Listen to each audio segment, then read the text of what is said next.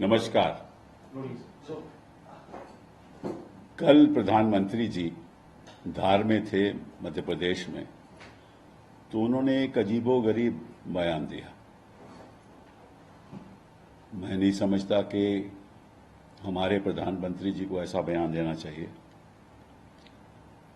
और बयान क्या था, मैं आपको वो बताना चाहता हूं। उन्होंने कहा कि मुझे 400 सीट, जो उन्होंने 400 पार की बात की थी ना, मुझे 400 सीट इसलिए चाहिए कि मुझे अगर 400 सीट मिल जाएं तो फिर कांग्रेस बाबरी मस्जिद का ताला राम मंदिर पे नहीं लगा सकेगी। बाबरी मस्जिद का ताला राम मंदिर पे नहीं लगा सकेगी। ये किस किस्म का बयान है? सुप्रीम कोर्ट ने फैसला किया है, राम मंदिर का आपने बना दिया, वहां आप गए, वहां हिंदुस्तान की जनता जा रही है। तो ऐसा बयान आपको करने की जरूरत क्या है? इसलिए है कि ऐसा लगता है कि आपकी भी एक्सपायरी डेट आ चुकी है, नहीं तो ऐसा बयान तो आप देंगे ही नहीं। आप इस देश के प्रधानमंत्री हैं, मेरे प्रधानमंत्री हैं। विचारधारा आपकी मेरे से नहीं मिलती, मैं आपका विरोध करता हूं। विचारधारा के आधार पर विचारधारा की बात कीजिए। आप ऐसी बातें क्यों करते हैं? इसलिए करते हैं कि आपको शायद फिक्र हो गया है कि आपकी एक्सपायरी डेट आ रही है। मैं आपको थोड़ा ज्ञान देना चाहता हूं कि वैसे तो आपको सब मालूम है, इलेक्शन कमीशन ऑफ इंडिया को भी सब मालूम है कि model code of conduct section 1 ये कहता है कि कोई भी पार्टी, और आप एक स्टार कैंपेनर हैं, देश के प्रधानमंत्री हैं, सत्ता में हैं, कोई भी पार्टी अपने बयानबाजी के साथ और एक्टिविटी के साथ कोई ऐसा बयान देती है, ऐसा काम करती है जिससे जो मतभेद हैं समाज में वो बढ़ जाएं और जिसकी वजह से तनाव पैदा हो, घृणा पैदा हो, नफरत पैदा हो और समाज के बीच में टेंशन पैदा हो, धर्म के आधार पे या लैंग्वेज के आधार पे, वो उल्लंघन होता है मॉडल कोड ऑफ कॉन्डक्ट का। तो जब आप मंदिर की बात करते हैं, जब आप बाबरी की बात करते हैं, तो इससे धर्म जुड़ा हुआ है। और अगर धर्म जुड़ा हुआ है तो ऐसी बात आप कर नहीं सकते। ये तो साफ साफ मॉडल कोड ऑफ कॉन्डक्ट का उल्लंघन है। बट लोगों की जुबान पे ताला कैसा लगाया जाए? जुबान पे तो आप ताला नहीं लगा सकते, वो तो इलेक्शन कमीशन की जिम्मेदारी है कि जो हमारे स्टार कैंपेनर इस देश के, उसकी जुबान पे ताला लगाना चाहिए ताकि ऐसे बयानबाजी जो कानून के खिलाफ है, मॉडल कोड ऑफ कॉन्डक्ट के खिलाफ है, ये मत हो। और 10 साल हो गए प्रधानमंत्री जी आपको, 10 साल हो गए आपको, इस देश के प्रधानमंत्री रहे हैं आप पिछले 10 साल में। पिछले 10 साल में आपने ऐसा कोई काम नहीं किया जिसके बारे में आज आप बात कर सकते हो। केवल आपको राम मंदिर और बाबरी की याद आती रहती है। और साथ में आपने एक और भी बड़ा, मैं समझता हूं कि गलत बयान दिया। आपने कहा वोट जिहाद और राम राज, यही कहा ना आपने। तो जिहाद का क्या मतलब है? किस धर्म से जुड़ा हुआ है वो? और राम जी किस धर्म से जुड़े हुए हैं? तो फिर आपने धर्म की बात की कि अगर किसी पार्टी को आप वोट करोगे तो आप एक धर्म को वोट चला जाएगा। जैसे कि इस देश की जनता जो कांग्रेस पार्टी या बाकी अन्य दलों को वोट करती है, उनमें कोई हिंदू नहीं है आपके हिसाब से। ये किस किस्म का बयान दे रहे हो आप? और फिर आप बात करते हो सबका साथ, सबका विकास, सबका विश्वास। ये सबका साथ है, ये विकास की बात हो रही है। बाबरी मस्जिद, राम मंदिर, वोट जिहाद, राम राज,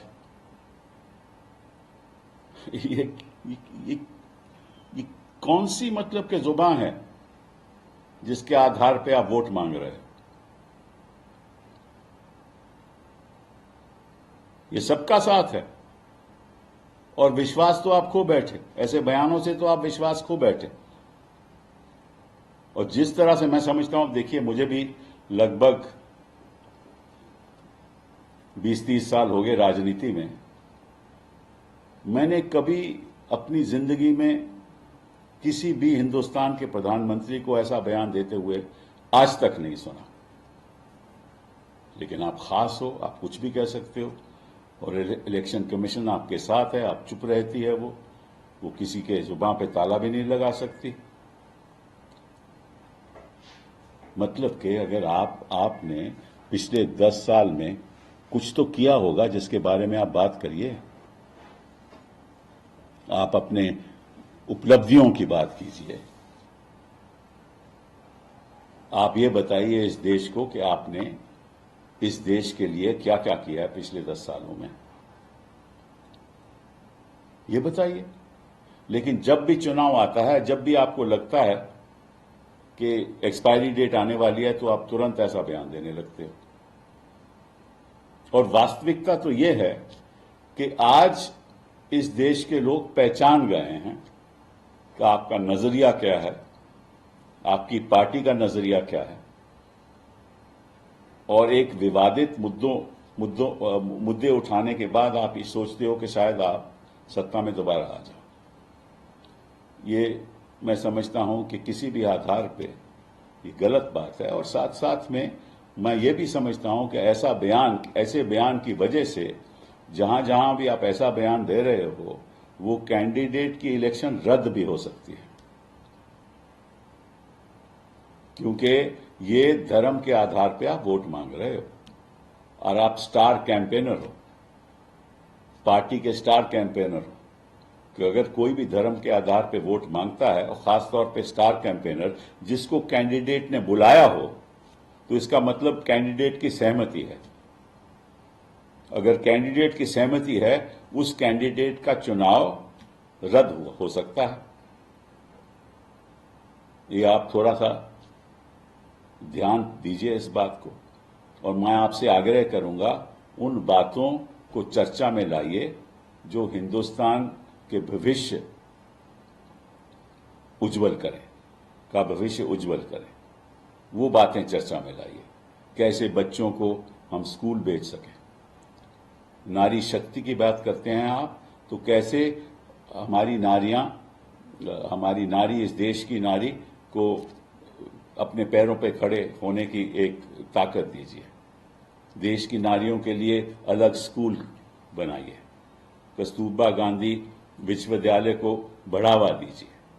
वंचित लोगों के लिए, जो बैकवर्ड कम्युनिटी हैं, जो जनजाति हैं हमारी, शेड्यूल कास्ट, शेड्यूल ट्राइब, उनके लिए अलग स्कूल बनाइए। इस देश में जो हमारी महिलाएं हैं, इतनी अनीमिक हैं, विश्व में सबसे ज्यादा अनीमिक महिलाएं इस देश में हैं। उनके स्वास्थ्य के लिए कुछ कीजिए।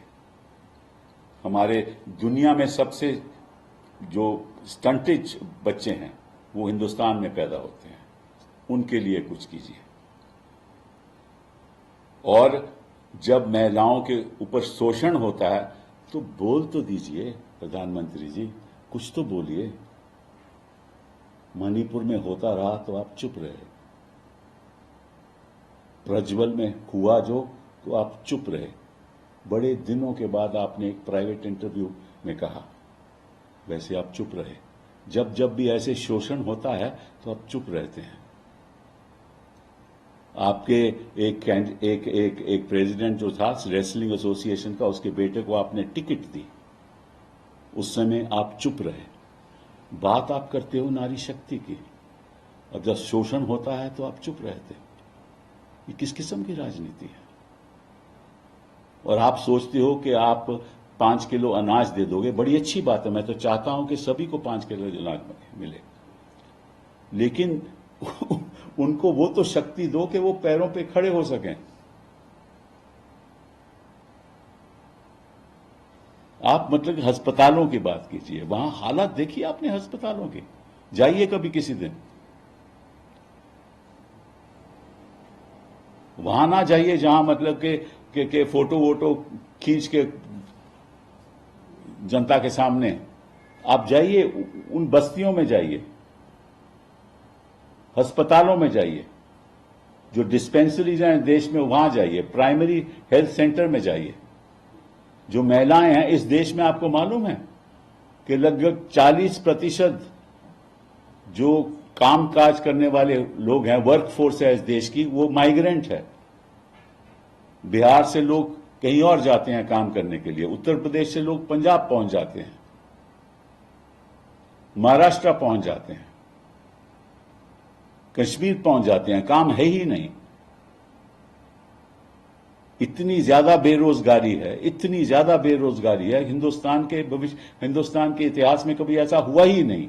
आप बेरोजगारी की बात नहीं करते, और पीछे रिपोर्ट भी आई है कि यहां बच्चे और लोग भूखमरी की वजह से मर रहे हैं, उनके बारे में कोई बात नहीं करता। तो आप किस किस्म की राजनीति करना चाहते हो? यही आप विकसित भारत जो बात करते हो, आप विकसित भारत, यही है वो विकसित भारत जिसके बारे में आप बात कर रहे हो? तो मैं आपको विनम्रता से हाथ जोड़ के कहना चाहता हूं, मत कीजिए, ये हमारे देश के लिए ठीक नहीं है। आपकी राजनीति के लिए ठीक होगा, लेकिन आपकी राजनीति देश से, भविष्य से जुड़ी होनी चाहिए। ऐसा ना हो कि इन्हीं बयानों के साथ आप एक और विवाद पैदा कर दें और ऐसी खाई पैदा कर दें जिसको कोई संभाल ही ना पाए। बहुत बहुत धन्यवाद। Sir, you said that it is basically the responsibility of the ECI, but as of now, no action has been taken by ECI will never take action. So you are not hopeful at all? ECI is committed to this government, is committed to this party. Look at the notice that the ECI has sent. It's sent to the party and not to the individual who made that statement.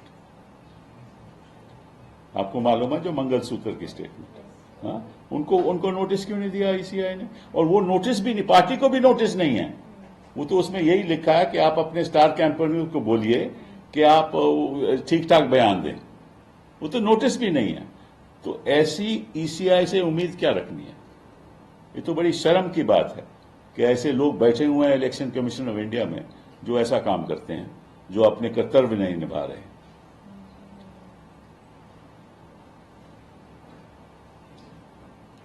Thank you sir. अभी sorry leader SP ही जाता है sir, मतलब कौन? Samajwadi party क्या? आपको नेता? अरे तो आपको इतना नहीं आता? वहां मेरे यहाँ आए हो तो इतना नहीं पता? मतलब नहीं पता आपको? पता तो था। क्या पता है आपको? मतलब क्या पता? मैं तो सर लंबे समय से नहीं, मैं पूछ रहा हूँ क्या पता है? ये कि अभी सपा से ही सभा में यही पता है आपको? हाँ। इतना नहीं पता कि मैं इंडिपेंडेंट मेंबर ऑफ पार्लियामेंट हूँ? अब यहाँ पहुंच गए हो और सवाल पूछ रहे हो, छोड़िए सर। अरे यार मतलब कि सर एमपी तो है ही, तो मुझे एमपी की बात नहीं है, मैं इंडिपेंडेंट एमपी हूं, इतना भी नहीं आपको पता?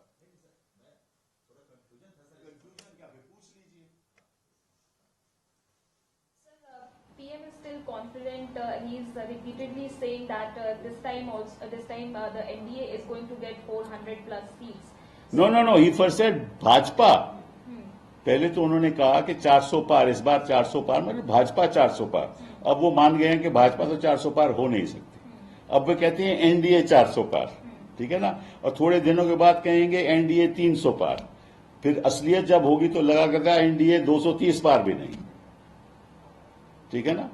अब की बार 230 नहीं पार, एंड अब की बार नो सरकार।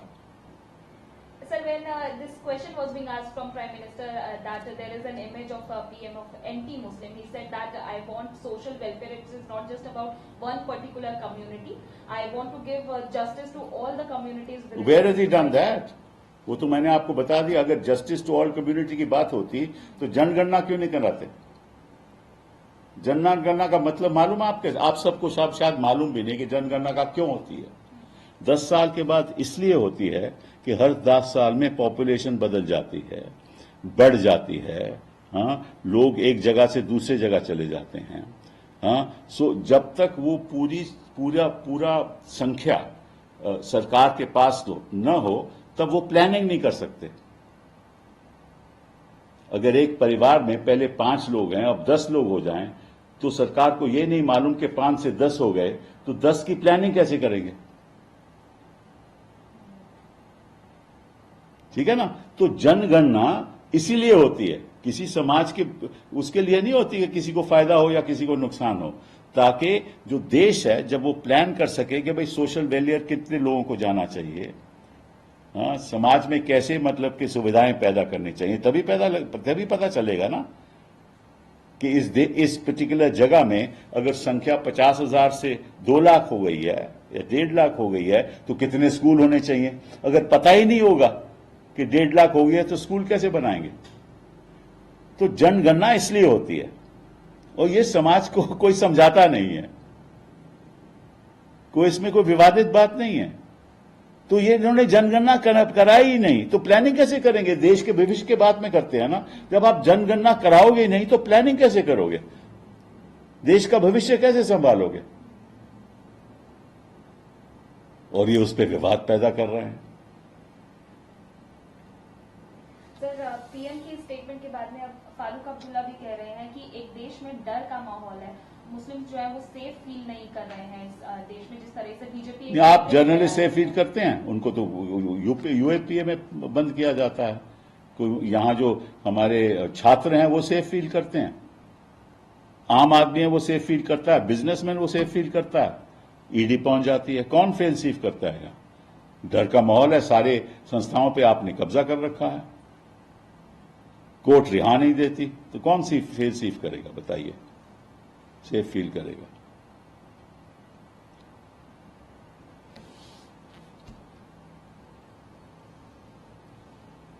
Thank you. कोविड वैक्सीन पर सर आप बोलेंगे जो कोविशील्ड को लेकर कौन? नहीं, उसके बारे में मैं टेक्निकल आदमी तो हूं नहीं कि उसके बारे में कैसे मैं बोलूं। मैं तो उन्हीं चीजों के बारे में बोलता हूं जहां मेरी जानकारी है। ऐसे नहीं बोलता कि मैं बिना जानकारी के मैं बोल दूं। कई लोग ऐसा करते हैं, ताला वाला लगाना चाहिए उनके बयानों पे। लेकिन ये है कि सर 2 चरणों के बाद जिस तरह से 400 कई दिनों बाद पीएम ने 400 सीट बोला, सर बीच में सर नहीं बोले थे, अखिलेश शुक्लेश तो लगातार अटैक कर दिए थे कि भाई 2 चरण के बाद पीएम भूल ही गए हैं 400 पार पीएम और साथ। लेकिन कल पहली बार उन्होंने ये पूरा एक पिक्चर दिखाया है 400। कौन सी पिक्चर दिखाई? यही मतलब कि वोट जिहाद और वही वही पिक्चर, ये पिक्चर है 400 पार की। मतलब मतलब कि यही चाहते हैं ना वो कि मैं वोट जिहाद की बात करूं और राम राज्य की बात करूं ताकि शायद वोट मुझे कल मिल जाए। हाँ, वो वही है और कुछ नहीं है। और कुछ होता तो फिर हम ऐसे प्रेस कॉन्फ्रेंस नहीं।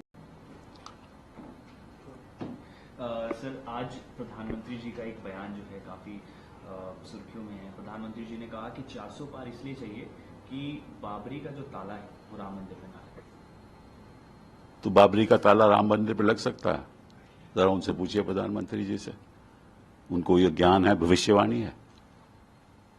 हाँ, भविष्यवाणी है कि ताला लग सकता है। सुप्रीम कोर्ट की जजमेंट आ गई, मंदिर बन गया, प्राण प्रतिष्ठा हो गई, साष्टांग करते हो आप रोज के रोज, लाखों लोग वहां जाते हैं, तो ताला कैसे लगेगा? ताला तो इलेक्शन कमीशन लगा सकती है, बयानों पे वो लगाती नहीं। ये तो एक विवादित बयान है ना, जो इलेक्शन कमीशन के कोड ऑफ कॉन्डक्ट का उल्लंघन है, साफ उल्लंघन है। कोड ऑफ कॉन्डक्ट सेक्शन 1(1) कहता है कि अगर कोई भी ऐसा बयान दिया जाए, कोई भी एक्टिविटी की जाए जो विवादित हो, धर्म के आधार पे समाज में तनाव पैदा करे, नफरत पैदा करे, तो वो मॉडल कोड ऑफ कॉन्डक्ट का उल्लंघन है और ये साफ उल्लंघन है। लेकिन इस पे ताला कौन लगाए? वो तो इलेक्शन कमीशन नहीं लगा ही सकती है। जो भी स्टार कैंपेनर हैं इस देश पे जो ऐसे विवाद बयान देते हैं, वो तो उनका दम ही नहीं है ताला लगाने का, क्योंकि वो तो वो भी इनका परिवार ही है आजकल। इलेक्शन के दौरान तो परिवार बन जाता है, तो वो भी इनका परिवार है। तो इनका परिवार कौन नहीं है? सभी संस्थाएं जो इंडिपेंडेंट होनी चाहिए, कोर्ट अलग, कोर्ट तो अलग है, सब इनके परिवार के लोग हैं। मतलब कि जो बैठा है वहां प्रिजाइडिंग ऑफिसर बूथ पे, वो भी कई बार परिवार बन जाता है। तो ये धांधलेबाजी कितनी देर तक चलेगी? सर, इसके अलावा प्रधानमंत्री जी ने ये भी बोला कि कांग्रेस की B team across the border काम कर रही है और कांग्रेस ने 26/11 हमले को लेकर पाकिस्तान को क्लीन चिट दे दी। इस पर आप देखिए मैं कांग्रेस या किसी और की बात नहीं करूंगा, किसने क्या बयान दिया उसके बारे में बात। मैं तो आज के दिन प्रधानमंत्री का जो बयान है उसके बारे में मैंने प्रेस कॉन्फ्रेंस बुलाई है, ठीक है ना। और ये जो दूसरा बयान उन्होंने दिया है कि आप या तो वोट जिहाद कीजिए या रामराज को वोट कीजिए, तो ये किस किस्म का बयान है? ये सबको साथ ले चलने का बयान है। सबका साथ, सबका विकास, इससे विकास होगा, इससे सब वर्गों का साथ होगा, सब धर्म के लोगों का साथ होगा, और क्या विश्वास उठ नहीं जाएगा? तो आप किस किस्म बातें तो कुछ करते हो आप बड़ी बड़ी, और जो आपकी जो बयानबाजी है वो उससे बिल्कुल अलग है, उसके बिल्कुल विरुद्ध है। तो अच्छी बात नहीं। आप हमारे प्रधानमंत्री हो, आप मतलब कि दुनिया के सबसे बड़ी डेमोक्रेसी के प्रधानमंत्री हो, मेरे प्रधानमंत्री हो। ये ठीक नहीं है। ये ऐसी बयानबाजी देश के हित में नहीं है। ऐसी बयानबाजी कभी भारत को विकसित भारत नहीं बना सकती। तो मैं आपसे आग्रह करूंगा, मत कीजिए ऐसा काम। जो आपने काम किए हैं पिछले 10 सालों में वो जनता को बताइए, और जो काम नहीं हुए वो भी बताइए, और ये भी बताइए कि कब तक आप करेंगे। आपने अमीरों को तो अमीर बना दिया, वो ठीक है, लेकिन गरीब को अमीर कैसे बनाएंगे, ये तो बात कीजिए। 4 जून को इंडिया अलायंस की एक्सपायरी डेट है प्रधानमंत्री जी की। उनकी एक्सपायरी डेट ना कहीं आ जाए।